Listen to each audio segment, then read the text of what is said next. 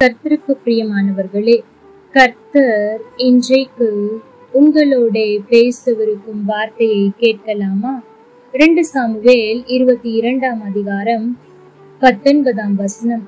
என் ஆபத்து நாளிலே எனக்கு எதிரிட்டு வந்தார்கள், கர்த்தரோ எனக்கு ஆதரவாயிருந்தார். தேவஜனமே, இந்த வார்த்தை தாவீது சொல்லுகிற வார்த்தை. அதாவது அவர் கடந்து வந்த பாதைகளை திரும்பி பார்த்து அவர் தன்னுடைய வாழ்க்கையில் நடந்த ஒவ்வொரு சம்பவங்களையும் மனதில் வைத்து சொல்லுகிற வார்த்தை தான் இது. எனக்கு உதவி செய்வார்கள் என்று நினைத்தவர்கள், நான் நம்பினவர்கள், எனக்கு பிறந்தவர்கள் என்று எல்லோரும் என்னுடைய ஆபத்து நேரத்தில் உதவிக்கு வரவில்லை என்றாலும் எல்லாரும் எனக்கு எதிரிட்டு வந்தார்கள். ஆனால் அந்த நேரத்தில் கூட கர்த்தர் ஒருவரே எனக்கு ஆதரவாயிருந்தார், எனக்கு சப்போர்ட்டா இருந்தார் என்று சொல்லுகிற வார்த்தை தான் இது.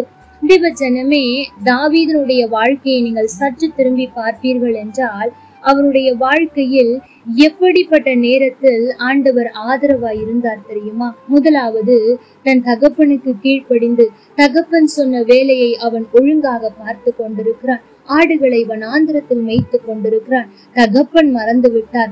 அந்த வனாந்திரத்தில் சிங்கமும் கரடியும் வந்த போது தகப்பன் கூட இல்லை. ஆனால் அந்த நேரத்தில் உதவியாய் அவனோடு கூட இருந்தவர் ஆண்டவர் தான். ஆகவேதான் 1 சாமுவேல் 17ஆம் அதிகாரத்தில் அவன் சொல்லுகிறான், ஒரு விசை ஒரு சிங்கமும் கரடியும் வந்தது, அப்பொழுது அவர் என்னை, அதாவது கர்த்தர் என்னை தப்புவித்தார் என்று சொல்லுகிறார். தேவ ஜனமே, வனாந்திரமான சூழ்நிலையின் போது யாரும் இல்லை என்று அங்கலாய்த்த அந்த சூழ்நிலையில் அவர் எனக்கு ஆதரவாய் இருந்தார் என்று நாம் தாவீதுடைய வாழ்க்கையை பார்த்து கற்றுக்கொள்ள முடியும்.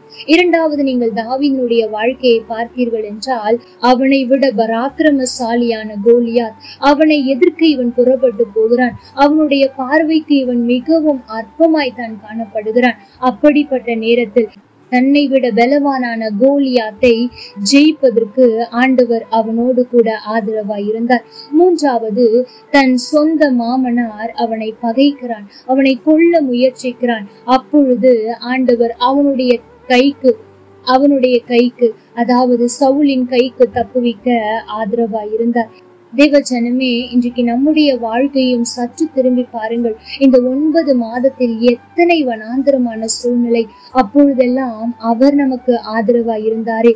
யாரும் இல்லாத போது, ஒருவரும் நம்மை பற்றி நினைக்காத போது, நாம் மற்றவர்களுக்கு உண்மையாய் சில வேலைகளை செய்திருந்தும் கூட வனாந்திரம் போன்ற சூழ்நிலையின் வழியாய் கடந்து வரும்போது இவர்கள் உதவுவார்கள், இவர்கள் எனக்கு நன்மை செய்வார்கள் என்று நம்பின ஒருவர் கூட உங்களை நினைக்காத போது உங்களுக்கு அவர் ஆதரவாயிருந்தாரே.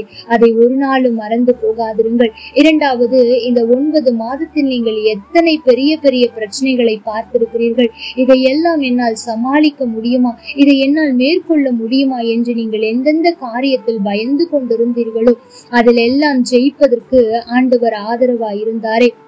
மூன்றாவது, சொந்த உறவினர்கள் உங்களை பகைத்த போது, அநேகர் உங்களுக்கு விரோதமாய் அநேக காரியங்களை செய்த போது, உங்களுடைய கஷ்டத்தில் உங்களுடைய உறவினர்கள் உதவி செய்யாமல் பகைத்த போது கூட அவர் உங்களுக்கு ஆதரவாய் இருந்தாரே.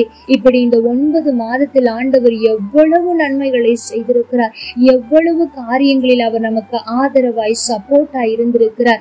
ஆகவே அவருக்கு இந்த நாளில் நன்றி செலுத்துங்கள். ஆண்டவர், இந்த 9 மாதம் அளவும் நீர் எனக்கு துணையாக இருந்தீரே, ஆதரவாக இருந்தீரே, நன்றி. இனியும் எனக்கு நீர் ஆதரவாய் இருக்கிறீர், இது போதும் என்று சொல்லி அவருக்கு நன்றியுள்ள இருதயத்தோடு நன்றி செலுத்துங்கள். இந்த மாதத்தின் கடைசி நாளுக்கு வந்திருக்கிறோம். ஆண்டவருக்கு நன்றி சொல்ல மறவாதிருங்கள். ஏனென்றால் நிச்சயம் 10ஆம் மாதம் உங்களுக்கு ஆசீர்வாதமாய் இருக்கும். கர்த்தர் தாமே உங்களோடு கூட இருந்து உங்களை ஆசீர்வதிப்பாராக. ஆமென். லைக் பண்ணுங்க, ஷேர்